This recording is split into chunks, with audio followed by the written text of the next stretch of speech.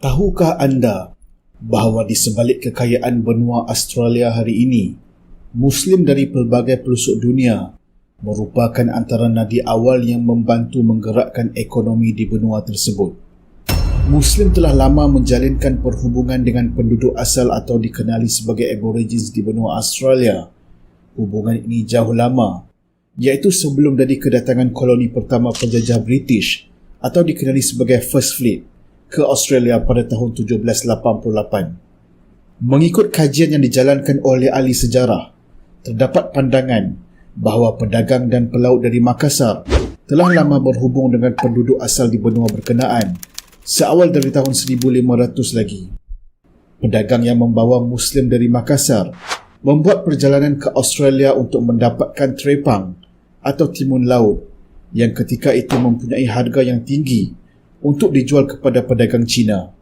Terdapat juga lakaran perahu atau kapal layar yang dijumpai di dinding Gua Anum Land yang membuktikan bahawa terdapat perhubungan di antara dua kumpulan ini. Pemburu mutiara berbangsa Melayu juga mula berkunjung ke benua Australia lewat abad ke-18 dan awal abad ke-19. Mereka juga mempunyai hubungan yang baik dengan penduduk asal Australia. Perhubungan dengan Muslim ini telah mempengaruhi komuniti penduduk asal Australia dengan agama Islam. Kerana itu, jangan terkejut jika di Northern Australia terdapat nama seperti Hassan, Dollah, Khan dan sebagainya di kalangan penduduk asal Australia.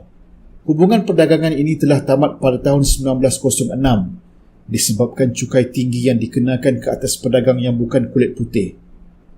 Di antara tahun 1860 sehingga 1930, Australia telah membawa masuk pemandu dan penunggang unta berkemahiran tinggi dari Afghanistan, India dan Pakistan yang mengubah sejarah Australia. Kebanyakan pemandu unta yang dikenali sebagai Afghan atau Gun Camelists ini adalah Muslim. Anda mungkin bertanya, mengapakah mereka dibawa ke Australia? Ini adalah kerana setelah penjajah British yang menjadikan Australia sebagai tempat pembuangan penjenayah, penduduk merasakan bahawa mereka perlu menjelajah benua berkenaan bagi membangunkan ekonomi setempat dan menampung koloni yang semakin berkembang. Kawasan pedalaman Australia yang dipenuhi gurun merupakan masalah besar bagi mereka kerana mereka tidak mempunyai pengalaman dan peralatan untuk merentasi gurun. Jadi, peranan yang dimainkan oleh Afghan atau Gun Camelists ini adalah sangat penting bagi menjamin kelangsungan ekonomi di Australia satu ketika dahulu. Di antara tahun 1860 sehingga 1930, dianggarkan 4,000 Afghan Camelists berada di Australia. Kerana itu, hari ini terdapat Gun Railway Line yang laluannya mengikut sejarah dibuka oleh Afghan Camelists. Laluan ini kemudiannya dijadikan laluan telegraf di atas darat yang memainkan peranan penting dalam komunikasi di antara Australia dan negara luar. Afghan Camelists merupakan Muslim yang taat mengamalkan ajaran Islam walau berada di tanah asing.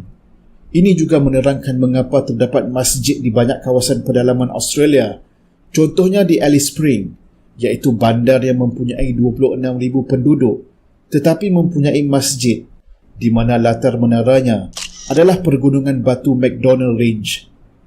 Penggunaan Afghan Camelists ini sebagai medium pengangkutan semakin berkurangan selepas kenderaan bermotor mula memasuki pasaran pada tahun 1930. Afghan Camelists kemudiannya ada yang menceburkan diri dalam bidang lain, ada yang kembali ke tanah asal dan terdapat juga yang berkahwin dengan orang tempatan dan menjadi sebahagian dari rakyat Australia.